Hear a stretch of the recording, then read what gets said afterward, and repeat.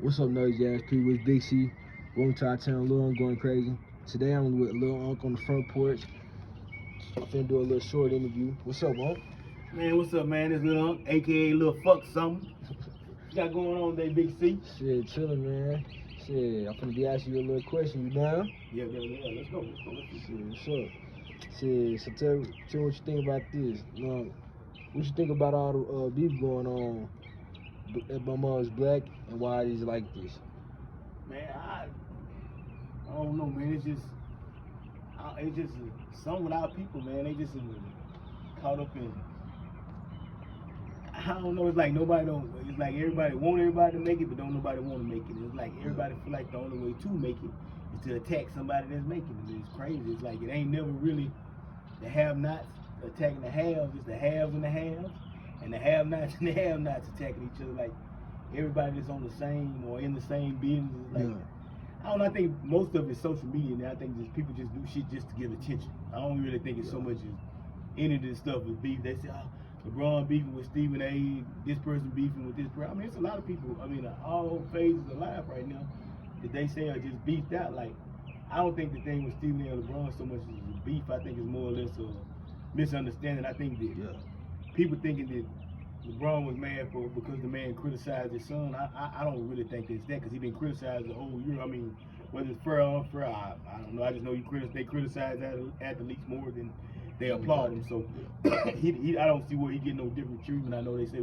he a kid, he this and that. I think the biggest problem was the approach. I think when Stephen A. said he was pleading out to him as a father. Now, not as a basketball player, not as a coach, not as a person that knows basketball, as a teammate, but as a father.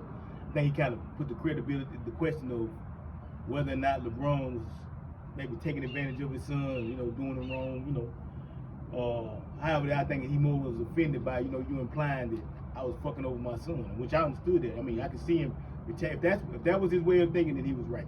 If it was just because of the criticism, then he wrong. Point blank, period. I mean, that's just, you gotta have tough skin to be in this business, the way the world works. Now, as for the 50 Cent and the Big Meats, that ain't no real beef. That's just bullying that is at the highest level. Is what happens with black people that are Rick Ross and 50 Cent are one and the same. They're people that feel like at one point in life that street people that are of the same culture of them took advantage of them. Whether it was Rick Ross because he was a CEO or 50 Cent because he was less fortunate when he was growing up.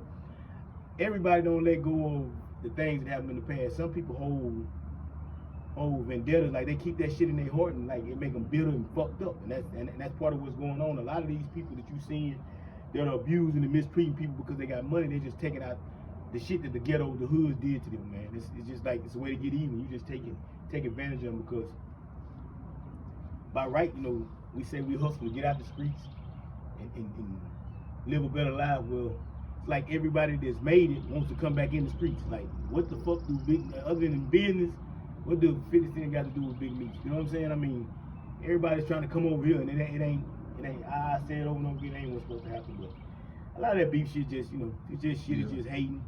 Shit like that, if you ask me. Yeah, sure. Feel you. I got another question for you, though. What's your thoughts on the black communities? Man, there ain't nothing to think about the black community. We don't think nothing of them. We don't consider black community. I don't know. It's like we robbed structure from the black communities. There's no structure to it. That's the problem in the black community. There's no structure in the streets. There's no structure in the home, family homes. There's no structure in the workplace. There's no structure to nothing. I mean, because so many people decided to mix this shit and make it all about one thing. Social media has made it to where everybody's so delusional that nobody's facing the reality of we lost structure, man. Ain't no more mama, daddy, grandpa, the family structure.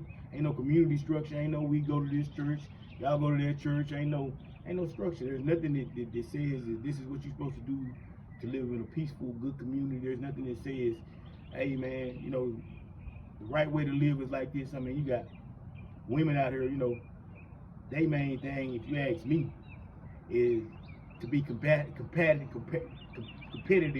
against men. And I don't think that was really the intention. I don't think that in the beginning it was meant for us to be adversaries. I think it was meant for us to be united. You know what I mean? Now, the argument about who's supposed to be in charge, who does it, I don't give a damn about that. I just know that man and woman is supposed to be together. They're not supposed to be in competition. You know, you got niggas out here, they jealous of their women, you know, mad, you know.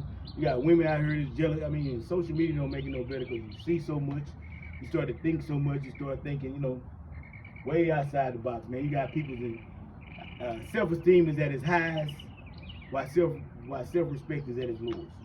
That's the easiest way to describe the way I see the streets is like the lack of structure. You know, and there's no fathers in homes that's willing to put their. And when I say this, I speak in percentages. I'm just saying I don't mean in all families. I'm not saying all fathers. I'm not saying all mothers. Not all women. Not all men. I'm just saying in the percentages. It's like they did that mass incarceration thing with us, and it's kind of it was a part of work because they took the male figures out of the homes, and in that gap, our kids became used to social media, video games, and music. And these are the things that shaped and raised them. There wasn't no man there telling them how to do manly things. It wasn't a mom standing over them trying to make sure they do the things to keep themselves hygienically clean and all other things they're supposed to do. It was just social media. Whatever you saw, that's what you tried to do. You tried to be whatever it is. Went through a period where it weakened, you know, the structure. That's where the structure first started. We're gonna go into my motherfucking head. But it weakened the structure. Once it weakened the structure, it became a real problem because it's like you can't get that back. You can't go fix something that's broken from the past. There's no way. We always say you can't go back in the past. You can't. And what got broken was the understanding and the love of life, the value of life, the value of black life. It got lost, man. Like, it's nothing but a RIP. It's nothing but a t-shirt. I mean, we cry, we hurt, we whatever, but it's like, when you love something, when you believe in something, you fight for it. Like, we're not fighting for our kids. We're not trying to make sure that these kids are all right. We're not trying to get out here and say, man, before y'all kill my kids in the streets, you're going to kill me. I ain't got nothing to do with it. You know, everybody's selfish. Everybody's just leaving these kids out here to figure these things out. And they just not going to figure out. I don't care how long we leave them out here because how do you figure out something if you just don't know? Like, a lot of stuff, they don't have the principles and mentalities they should have because they was raised by kids themselves. And that's not to disrespect no mothers or fathers. I'm just saying sometimes it's hard to teach somebody something you don't even know. You know, and most of the things that you want to know to teach a kid, you want to be an adult. So experience is taught you so that you can teach them. But when you teach them from basically a couple of years apart, like, what do you do? I mean, and the social standing is so fucked up. Nobody don't want to be old, so old people won't get out these young people way so they can live. You know, young people, they just out here. They just don't want to be disrespected. They don't want to feel disrespected, but they gonna disrespect you though. I mean, because they haven't taught, they don't understand the concept of respect. They don't understand the concept of a lot of stuff. It wasn't taught to them. That's just me talking though. Yeah. That's just me talking. This last question though, this gonna be a good question right here though. Check this out. How you feel about women making a man spend a whole bunch of money on them and shit? Well, the situation with women and men is just a fucking mess when it comes to the black communities, I guess. I mean, it's probably in all communities. I'm just not as involved in what goes on in other communities. But like I said, it just became a point to where we just became adversaries and women starting to trying to be men and do what men do, and it's not really how it's supposed to be. Now, as for the concept of a man spending a lot of money on a woman, I feel like a man should spend a lot of money on his woman. Yeah. If you got it to spend. I mean, you know, if you want to spend it on something, if you got a woman, if it's your woman, yeah, I do believe you spend a lot of money. But the concept of me flying you to here or there to have sex, to go out to eat or whatever that, and giving you a bunch of money and buying you gifts, or even us just being in a relationship, you feeling like you should get more than I'm giving you. You know, you don't get nothing from me but what you deserve. You know, and that's kind of what the world became. You know, with social media, women looking, they see all these women doing all these things. You know, and the one thing that everybody downplays is the pervertedness of men. Like, men are dogs. Like, I mean, every woman that posts a picture, she's gonna get 50, 60 likes. I mean, nobody don't even like it. They just looking at something saying, well, hey, I'm just giving her a like. So these likes turn into they want me, they need me, they love me, you know, and that shit builds, man. Like, when you come from where we come from, like, when it comes with black women, like, black women are the most confused creature on this earth because I'm just being real. Like, I spent my life, and everybody pretty much, you know, I spent a long point of my life in the streets selling drugs, and I always kind of like had an understanding that most of the time when you meet a woman that's with a drug dealer or anybody that's in the streets, they ain't gonna get too much out of life, because drug dealers, what we do is, and people that hustle and street people is, we want everything readily available, including the woman. We don't really want you to work. We're gonna pretend to give you everything while not giving you shit.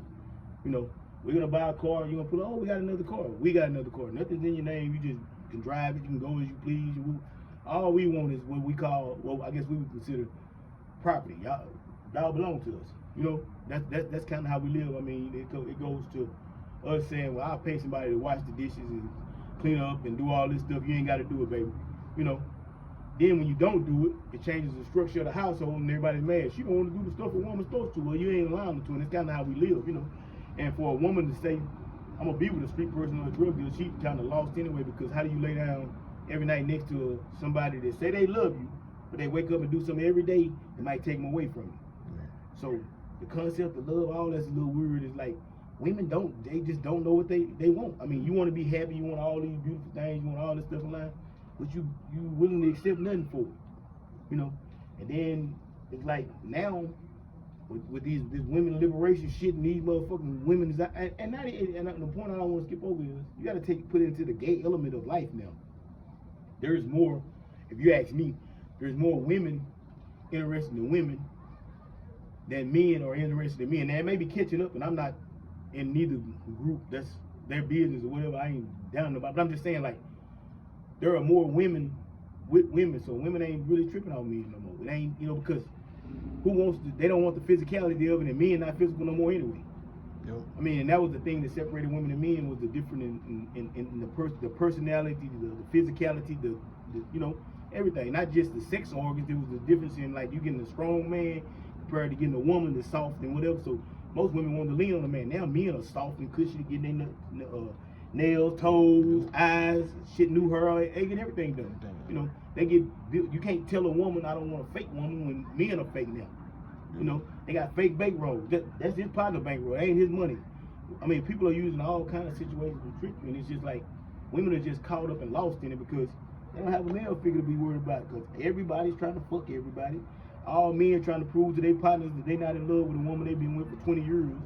I mean, it's just to the point to where it's dumb. Like, so all the concept of just randomly giving somebody money, now I don't believe in that. I mean, especially if you got kids and you got things that you should spend real money on. Like, don't get me wrong, have I ever bought some pussy in life? Fuck yeah, a lot of times.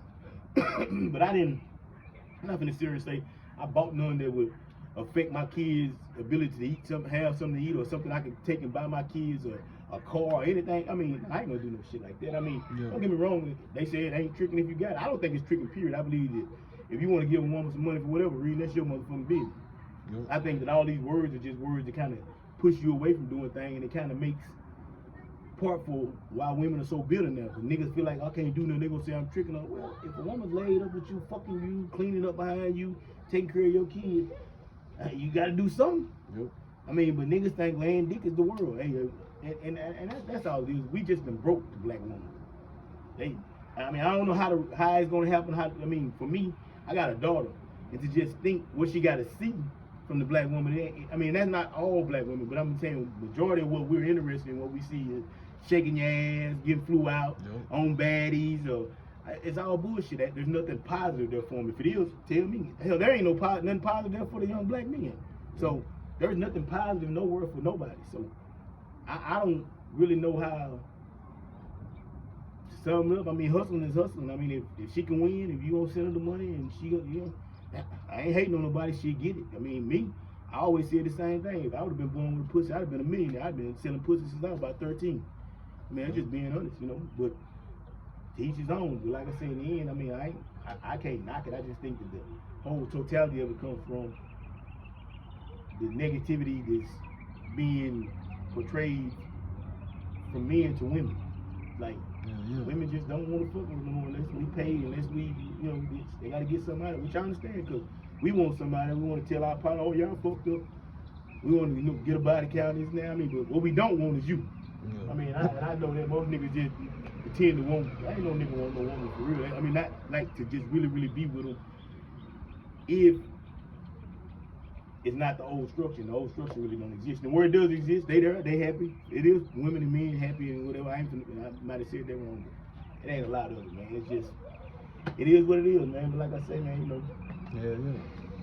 But hey, we get back up with y'all, man. We just dropping a little knowledge on y'all today, man. Y'all tune into our channels, man, on TikTok, Liluncgoingcrazy, on YouTube, Liluncgoingcrazy, on Instagram, is Wildin' Out? Wildin' Out on YouTube. I mean on Instagram. But like I said, YouTube, and what it is? YouTube, TikTok. Yeah, it's Liluncgoingcrazy. What is it on Facebook? It's Christian White. Christian White. Christian White or Bobby Cooper on Facebook. And y'all have a good day. We'll get back with you.